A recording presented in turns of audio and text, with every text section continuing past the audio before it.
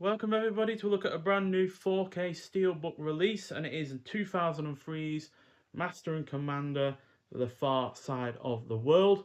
So this is directed by Peter Weir, who also did three of my other kind of favourite films, the likes of The Truman Show, Witness and Fearless, although this is probably my favourite of the four. And this is an epic period war drama clocking in at 138 minutes long.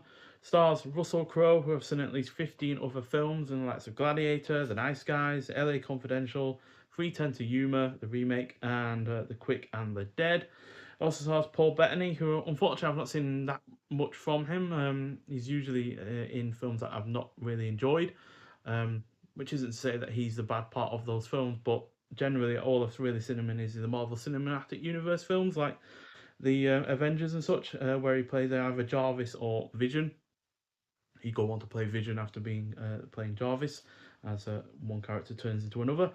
So yeah, after an abrupt and violent encounter with a French warship inflicts severe damage upon his ship, a captain of the British Royal Navy begins a chase over two oceans to capture or destroy the enemy, though he must weigh his commitment to duty and ferocious pursuit of glory against the safety of his devoted crew, including the ship's thoughtful surgeon, his best friend. So this is a greatest start to a series that never was, thanks to the poor box office reception this had. Basically got hit by two different kinds of films, really. It got hit by Pirates of the Caribbean, which obviously was a massive success and would go on to have several other films.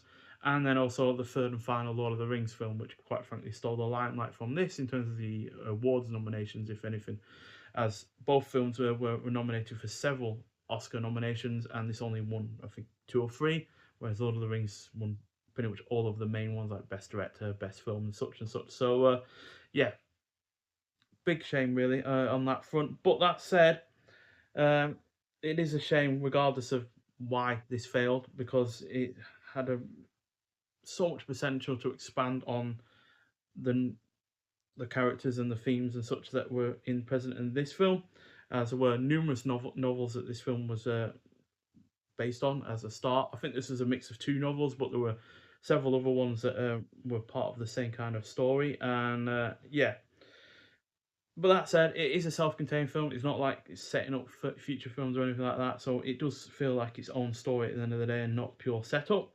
Russell Crowe and Paul Bettany are also fantastic in the lead roles and have great chemistry between one another, which is really crucial given that they are the main thrust of the story outside of trying to capture this French warship.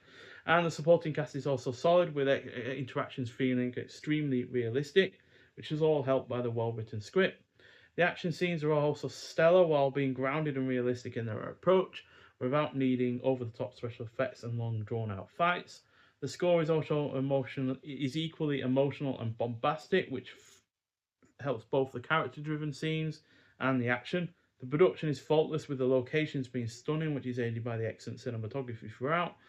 While the plot may be relatively basic, it serves its function to allow us to go on this journey with these characters we grow to care about, which is one area out of many to not just respect about this, but also get a great deal of enjoyment out of. So yeah, like I said, the plot is kept fairly basic. It is basically kind of like the Moby Dick story, endless pursuit after something that is mythical or out of shot or anything like that, and going to great lengths to try and find this prize, find this, conquer this other thing that quite frankly is outwitting you or has outwitted you in the past. So yeah, and this steelbook is really nicely done. You got Russell Crowe on the front there with the ship, the HMS Surprise, which is part of the whole story, and yeah, then the title, and then on the back you got the compass, and it's all embossed as well, and feels really nice. You also got the kind of like maps looking in here, so I think that's the Galapagos Islands, which you visit at one point, and then maybe that is some part of South America as well. So yeah, all really nicely done. And then we've got the 4K and the Blu-ray inside. None of the extras are on the 4K, they're all self-contained to the Blu-ray, but the 4K itself looks and sounds superb. One crucial aspect of this film is, like I said, the cinematography. So getting that right with this 4K is crucial, and it looks excellent. But another aspect of this is also the action, the score, and the general ambient noises and such, and that gets across really rather greatly as well in terms of the sound quality on top of all of that. The cannon fire, for instance, and the impacts that they make, and the musket shots and such are all really, really well done. And yeah, all sounds absolutely superb. And on top of that, like I said, looks excellent as well.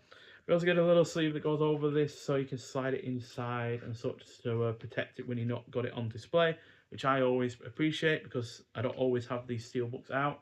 And if you have them on top of one another, they can scratch or dent or anything. So to have something like this is always helpful. And on the bonus features, we've got deleted scenes, historical and geographical trivia track, and then a pop-up map as well. So yeah, all very nicely done. And there are subtitles for this as well if you need them as well. So yeah, excellent film. It's a 5 out of 5 for me. Quite frankly, it's no contest on that whatsoever.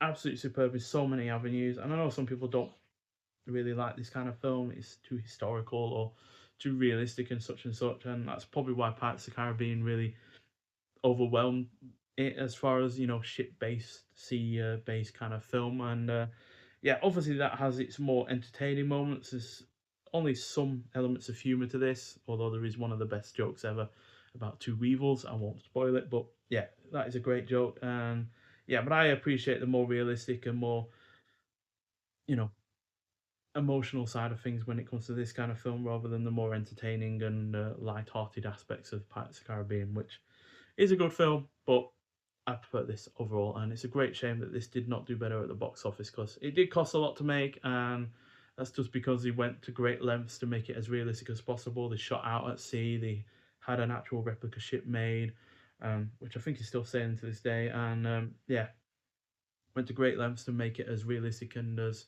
you know, you know, impactful, I guess you could say, in a lot of ways. And yeah, that didn't pay off at the box office. If it had been a lot cheaper, it might well have made money, and maybe a sequel may have been made. But I don't think in general it would have been as good as it is, because what makes this as good as it is, or helps make it as good as it is the period production and the realism that is lent to the film as a whole. Because you genuinely feel like you're on the ship, you genuinely feel like you're in these battles that take place. Although there's only a couple of them that really are there, they are really, really well done, and you do genuinely feel like you're in that moment. And yeah, that comes down to just the fact that they spent so much money on it.